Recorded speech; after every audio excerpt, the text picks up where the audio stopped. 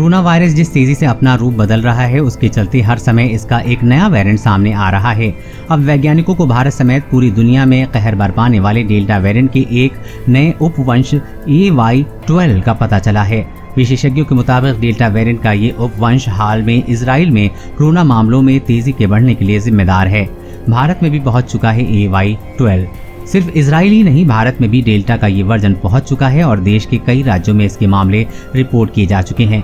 भारत में बुरी तरह कहर बरपाने वाले डेल्टा वेरिएंट परिवार को वैज्ञानिक ने 4 से 13 रूपों में विस्तारित किया है। इसका ही एक अन्य उपवंश AY12 पुनर्वर्गीकृत किया जा रहा है। ये उपवंश तकनीकी रूप से दरअसल एक नया वेरिएंट ही होता है, लेकिन मूल वेरिएंट से निकटता के कारण इसे उपवर्ग में विभाजित कर दिया जाता है। भारत में कोरोना केस पर नजर रखने वाले जीनोम कंसोर्टियम ने कहा है कि चूंकि AY12 की परिभाषा अभी स्पष्ट नहीं है, इसलिए इसे जुड़े मामलों की अंतिम संख्या सामने आने में कुछ समय लगेगा। क्या है AY12 उप परिवर्तन?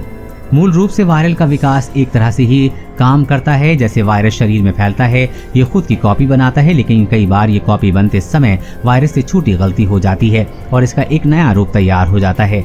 इसी प्रक्रिया के तहत डेल्टा वेरिएंट B17172 के अब तक कई उपवंश तैयार हो चुके हैं। इसमें ही डेल्टा प्लस वेरिएंट है, जिसका म्यूटेशन काफी विशिष्ट है और इससे काफी खतरनाक भी माना जाता है। इसी प्रकार का एक उपवंश AY12 है, जिसमें एक को छोड़कर डेल्टा म्यूटेशन के सभी लक्षण हैं। इजराइल में इस नए डेल्टा वर्जन के मिलने से वैज्ञानिकों की चिंता बढ़ गई है। इसकी वजह भी है। इजराइल ने अपनी वयस्क आबादी का 60% टीकाकरण कर दिया है, लेकिन अब सामने आया है कि फाइजर वैक्सीन की प्रभावशीलता क्लिनिकल ट्रायल की तुलना में काफी कम है। हालांकि भारत में कोविड पर नजर रखने वाले जीनोम कंसोर्टियम ने अपनी रिपोर्ट में कहा है कि अभी ये ज्ञात नहीं है कि AY12 चिकित्सीय रूप से डेल्टा अलग है या नहीं, लेकिन इजराइल में इसके बढ़ने का मतलब है कि इसकी जाँच होनी चाहिए। AY12 दूसरे स्ट्रेन से कितना अलग है? कोविड जीनोम के मुताबिक अभी ये पता नहीं चल पाया है कि AY12 डेल्टा वेरिएंट से क्लिनिकली अलग है। हालांकि AY12 में ऐसे कुछ म्यूटेशन नहीं हैं जो कि डेल्टा वर्ग में पाए जाते रहे हैं। इस उपवर्ग की स्पाइक प्रोटीन में कोई नया म्यूटेशन नहीं पाया गया है। इजराइल की बात करें तो AY12 वहां पर सबसे प्रभावी स्ट्रेन माना हुआ है।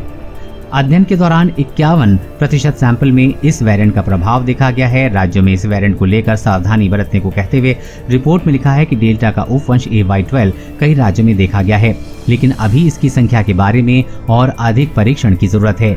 डेल्टा वेरिएंट और AY12 के प्रभाव में अंतर अभी मालूम नहीं है, लेकिन दोनों एक दूसरे के बहुत समीप मालूम पड़ते हैं।